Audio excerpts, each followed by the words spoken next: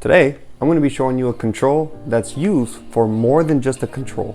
The AUTOMATIC Injog is a underutilized sleight that I want to bring to service because it's just that good. So continue watching and hopefully you can see how important it is to know this sleight. Hey, how's it going guys, and welcome back to my channel. My name is James Pena and this channel is created to show you the hidden details of sleight of hand or just to improve on what you may already know. Today, we're going to be learning how to do the AUTOMATIC Injog. As said in the beginning, the AUTOMATIC Injog is a very underutilized sleight. I don't know why magicians don't use it, but again, I'm about to show you why it's so important to learn this piece of sleight.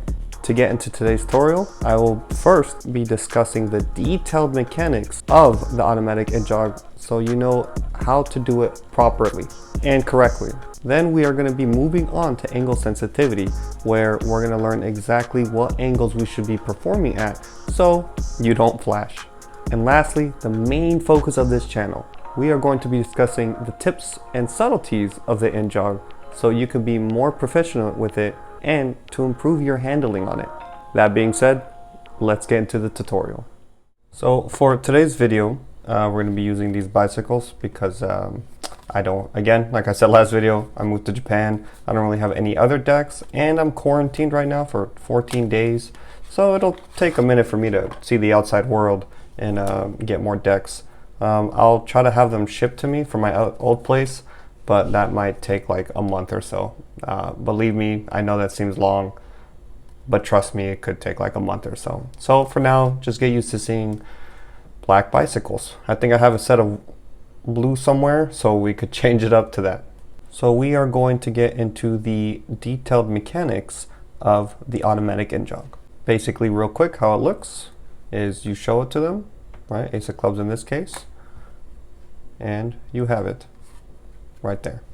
Now I know that looks simple, but bear with me because I have a few tips and subtleties that'll make this a lot better. So how to do it? You want to riffle down until they say stop. This is a totally free choice, by the way. You put your finger in there, have them see their selection. In this case, the 10 of hearts, but you're showing them. Now, when you show them, you want to bring the top packet a little bit backwards. Not too backwards, and I'll explain here in a little bit. So backwards enough to where if I were to drop this, I don't know if you can see that, but it drops like right here, and then it pushes forward, right? So it drops here, then pushes forward. Now you want it roughly here, that way it doesn't have such a big, the card's not sticking out so much. Because if I bring it back here and it lands here, right, the card sticks out a little bit more. Now that was a really bad example. I guess I can't do it, but usually when you do it too far, the card, there you go, the card sticks out way too much. And you genuinely don't need that. You just toss it right there and you have some of an Injog like that. And then from here, you have successfully done the AUTOMATIC Injog. Now to get into angle sensitivity. So if you practice in front of a mirror, this works directly head on. Now I don't really have the space here to show you from a front angle, but I will do the best that I can. So once you riffle down and you show it to them, right? When you drop it and you kick forward, if you kick forward too much, right? If the spectator is like roughly here, they're gonna see straight down into this, right?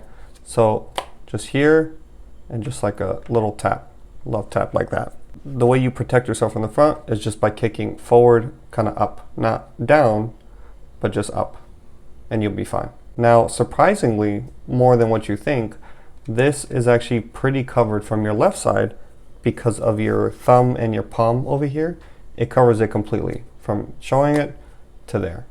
And they are literally not going to see anything. So that was more for like your left angle, and we've covered the front angles as well. Now for the right angle, it's pretty hard to do. Because if you were to just literally grab it and throw it and chuck it, if I were to, maybe I could just tilt my body this way, and if I were to just leave it like that, you are seeing literally everything.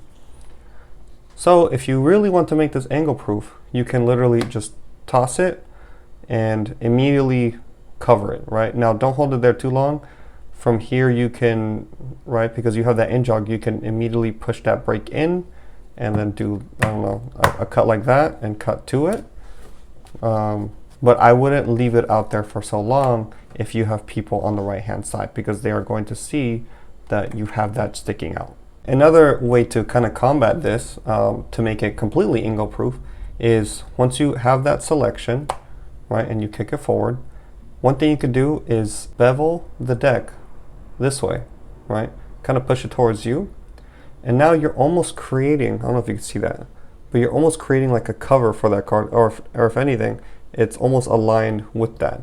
So if I were to show you straight on, I don't think you could barely see that. So if I were to kill my wrist, now everybody on the right side can't really see it. Everybody in the front will probably just see that that huge dent in the front. But it's all good.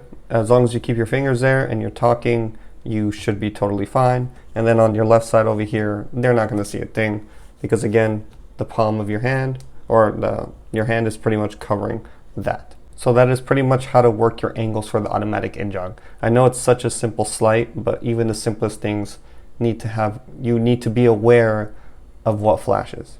So now we're going to get into the tips and subtleties. My favorite part of every video, because again, it's like the main part of this channel. So one thing you can do here is, for the beginning, you don't have to riffle. I just personally like to riffle, and I like to cleanly show them that that's what they picked, right? Now, a lot of people can debate me on this and be like, well, it seems like you're doing something funny.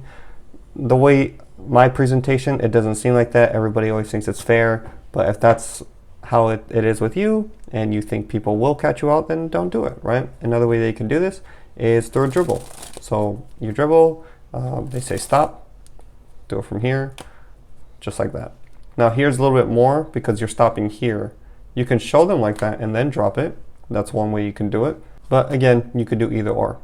Now, if you don't like to dribble and you don't like to riffle, you can actually do this with a spread. It's a little riskier, just like the tiniest bit riskier, not that much. So they shuffle and they pick a selection. Let's say they pick the two of clubs. One thing you can do here is, just as you're spreading, just put it down a little bit and you're there. And that's pretty much it. And then now you have yourself a nice little in-jog. Now the reason why I'd say it's riskier is because as you're putting it down, they can see that happening. So you'd have to literally almost like push the cards together and kind of hurry up and get the motion done. But there you go, 3 different ways you can get into the in-jog. Now my favorite thing about the in-jog is one thing that you can definitely do, and I mentioned a little bit ago, is once you have that card selected and pushed, you can literally just leave it there and start talking. I would recommend that you bevel it a little bit more, right? And then make sure you really put all of them, because or really push it forward, because if you don't push it forward, and let's see if I could try to do it here. Usually there's more than like one card or so. I'll just make myself like a fake, right? So sometimes that happens and it's like a chunk of cards. On the front, it looks like that, and you don't want that. So if you are for certain that it's only one card, right, just like this, right, then it's not so bad. So now I personally like to bevel it backwards. You can bevel it forwards, right, just like that, so it kind of messes it up. You just put it down like that, and now you can talk. Now literally all you've done here was they shuffled, they picked a random card, you plopped it on the deck and put it down. Look how fair that is. Now you can literally just talk here, and then you're like, oh, you know what, we're gonna cut this one more time. And then when you cut it one more time, just literally you would with the normal break, just pull up on it, right? Or you can push down on it. Really your option. If you want to cut it to the top, right here, now it's cut. Or if you want to do it to the bottom, same thing. Just grab this little bevel, that's 6, right? Grab up, and just like that. And you successfully controlled it. Now my last little tip here that you can definitely use with the Injog is definitely more than just a control. right? And I actually do this all the time. So I've talked it before earlier. I made a video about the Tenkai STEAL, one of my favorite palms when I didn't know how to do the classic or the gambler's cup. And it's a good starting out palm, to be honest. And if you haven't seen it, I'll leave a link up here and I'll leave it down in the description. But once you do this little in jog right here, right? And you do that, you are literally in perfect position to steal that card, right? So if I wanted to do a Tenkai STEAL here, right? And it's done.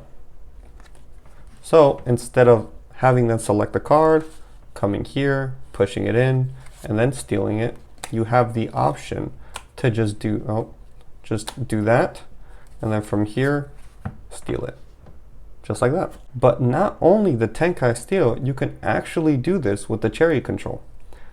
Now with the cherry control, it needs to be a little bit more back here, but I'll tell you how to solve that here in a bit.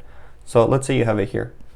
Oh, also, by the way, I did get permission from Ricky Smith himself that I was able to teach the cherry control. So before you guys say anything in the comments, just know that I did get permission from him to teach the cherry control. But going off on a tangent here. So once you do your in jog, you can actually, if you just kick this, and I'm sorry this isn't the greatest angle, you can kick this forward or that way to the right, and then with your pinky just kind of push down, and now you've made it bigger. So instead of from here, right, just kick, and now you've made that a lot bigger. And then if you know how to do the cherry control, right, that's it. So many uses to the in jog. I've barely covered, I've covered a little bit of them, but experiment on your own and see what you're able to come up with. So kind of a bonus for staying to the end of the video. Another way you can do this sleight is, instead of bringing that top packet and the bottom packet, right, bringing it backwards and then dropping it, you could also kind of pick up the packet and drop it off to the side, and it'll basically make an in jog on the side, and then just push your thumb and it'll look like you're squaring it, but in actuality you're just pushing it, and then it's literally just going to come out the back end, and then you know what to do from there. To all my new viewers, if this type of videos interests you, then if you really want to, go ahead and hit subscribe and make sure you hit the notification bell so you know exactly when I upload. If for some reason you did not like today's video, then go ahead and leave it down in the comments below so I know exactly what to work on. Maybe I didn't teach it right, maybe I wasn't so in depth. You guys are always free to ask questions down in the comments. Again, that is the only way I'm gonna get to know. But if you did like today's tutorial, then go ahead and hit the like button to show your support for the channel and for today's video. Also, please write in the comments what you want to see for next week's video, whether it's a sleight you're working on or a trick you're working on, and you just want a little bit more advice. Let me know in the comments and I will probably make it next week's video. That concludes today's video, so I will be seeing y'all next week. Peace.